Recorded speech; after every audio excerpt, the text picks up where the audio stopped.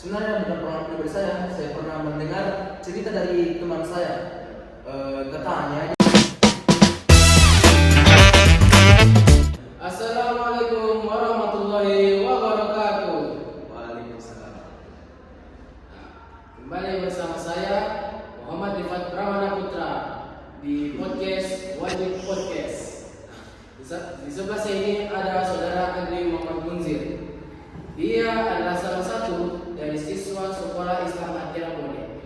Dia akan menemani kita dalam perbincangan dalam podcast ini. Dan kami akan bahas adalah apa itu hak dan kewajiban. Menurut saudara Munzir, apakah perbedaan hak dan kewajiban dalam kehidupan sehari-hari? Kalau berbicara tentang hak dan kewajiban, khususnya dalam kehidupan sehari-hari kita, pertama saya akan menjelaskan tentang apa itu hak. Nah, hak itu sendiri adalah sesuatu yang diperoleh atau dimiliki oleh seseorang sebagai bagian dari status atau posisi mereka dalam masyarakat. Misalnya kita sebagai siswa, misalnya ketika kita belajar di kelas, kemudian ada forum diskusi. Nah, ketika ada sesi untuk mengeluarkan pendapat, maka kita tentu memiliki yang namanya hak untuk berpendapat, seperti yang telah diatur di undang-undang dan telah kita pelajari sebelumnya di mapel PKN sebelumnya.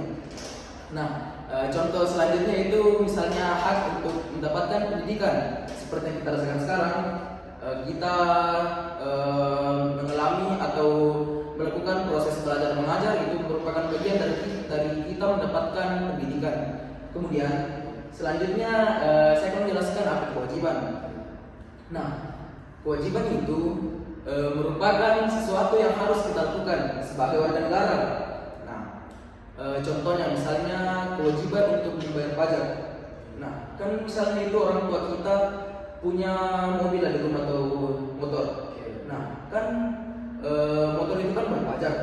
Sebagai warga negara, orang tua kita itu harus membayar yang namanya pajak kendaraan sebagaimana waktu yang telah ditentukan oleh pihak yang terkait, seperti itu. Kemudian ada pula kewajiban untuk menghargai pendapat orang lain, karena di kehidupan kita sehari-hari itu kita itu tidak hidup sendiri, kita hidup dengan beragam manusia, beragam teman, maka sudah menjadi kewajiban kita untuk saling menghargai pendapat orang lain. Seperti itu menurut saya. Jadi bagaimana kalau seorang anak mendapatkan uang jajan dari orang tuanya, apakah itu bisa disebut sebagai hak? Iya, karena menurut saya itu seorang anak itu berhak untuk mendapatkan misalnya uang jajan dari orang tua, karena orang tua kan itu menurut saya itu berkewajiban untuk menafkahi anaknya. Maka dari itu menurut saya itu anak itu memiliki hak untuk mendapatkan uang jajan dari orang tua. Bagaimana dengan anak kos yang wajib membayar cicilan kos-kosan? Kalau mengenai hal tersebut sebenarnya kembali ke pemilik kosnya. Kalau misalnya diberikan kesempatan, maka seperti itu, diberikan kesempatan.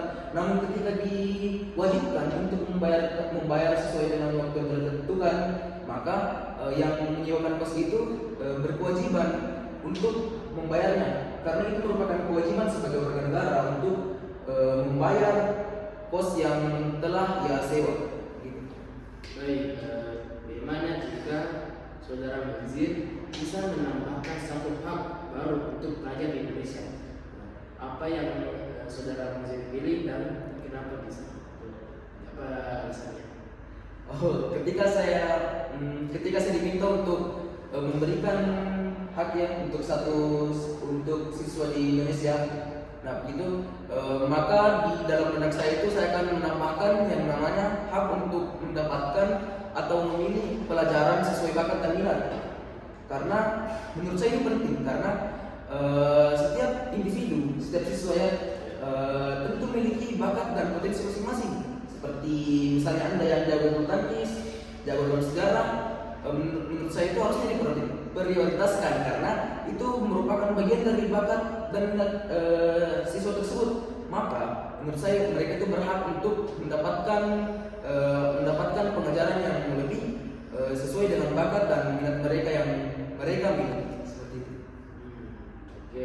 Coba saudara Munzir ceritakan pengalaman pribadi tentang hak Anda sebagai pelajar yang pernah dilanggar atau tidak dihormati. Bagaimana saudara Munzir menghadapi ini? Kalau pengalaman sebenarnya saya itu pernah mendengar, sebenarnya bukan pengalaman pribadi saya pernah mendengar cerita dari teman saya. Katanya dia itu dulu ketika berada di pendidikan SMP kalau tidak salah, dia itu di dalam suatu kelas mata pelajaran gitu ya, gurunya itu sedang menjelaskan sesuatu, kemudian gurunya melemparkan pertanyaan kepada seluruh siswa di kelas. Namun ketika teman saya ini ingin mengangkat tangannya dan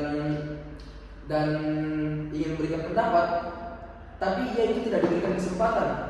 Nah, padahal kan seperti yang saya jelaskan sebelumnya ya, pertanyaan pertama, bahwa setiap warga negara itu berhak untuk mengeluarkan pendapatnya, karena sebenarnya itu sudah diatur dalam pasal 28E ayat 3, yang dimana kita itu sebagai warga negara dibebaskan untuk mengeluarkan pendapat seperti itu. Nah, bagaimana cara teman saya untuk apa tadi menindaklanjuti hal tersebut? Ia setelah pelajaran menghadap kepada gurunya bahwa ia menjelaskan bagaimana yang ia rasakan, bahwa seharusnya tidak begini begitu, agar guru ini sadar terhadap apa yang ia lakukan, dengan harapan siswa dan guru ini sama-sama nyaman ketika proses belajar mengajar itu, supaya ilmu yang disampaikan guru ataupun pendapat yang dikeluarkan oleh siswa dapat diserap dari kedua pihak dengan baik seperti itu. Oke. Nah, bagaimana menurut saudara Munzir, bagaimana teknologi dan media sosial mempengaruhi hak dan kewajiban pelajar di era digital ini? Sebenarnya kalau berbicara tentang teknologi, kan kita sekarang hidup di tengah lagi marak-maraknya teknologi.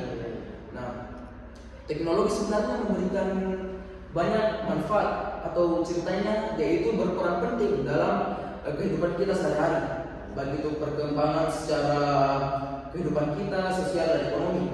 Namun di sisi buruknya itu teknologi bisa saja berdampak buruk bagi seorang pelajar misalnya, karena kan di misalnya sosial media kan di handphone kita itu ada, ketika kita menggunakan sosmed bisa jadi kita terkena yang namanya cyberbullying. Nah, itu merupakan salah satu dampak buruk dari semakin berkembangnya teknologi, sehingga misalnya seorang siswa ini yang terkena cyberbullying, yang harusnya mendapatkan hak untuk mendapatkan perlindungan, malah gara-gara teknologi ini yang membuat mereka terdiskriminasi di sosial media tersebut, sehingga hak untuk mendapatkan perlindungan sepenuhnya tidak tercapai. Seperti itu menurut saya. Yang saya ingin tanyakan, apa dampak dari ketika hak dalam pendidikan itu tidak terpenuhi? Sejauh pengetahuan saya, ketika seorang siswa haknya kewajiban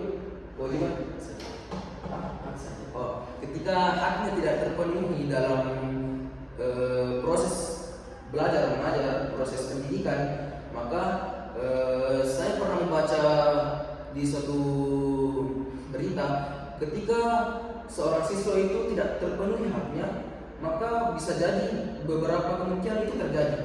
Misalnya siswa itu mengalami penurunan dalam proses belajar mengajar, dalam proses dia menimba ilmu. Bisa jadi dia merasakan yang namanya penurunan kemampuan atau pengetahuan.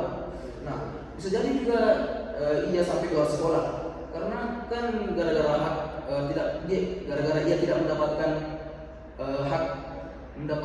hak untuk merasakan pendidikan, maka kan bisa jadi ia keluar dari sekolah gitu, karena tidak merasakan yang namanya hak mendapatkan pendidikan secara adil dari misalnya pihak sekolah ataupun pemerintah.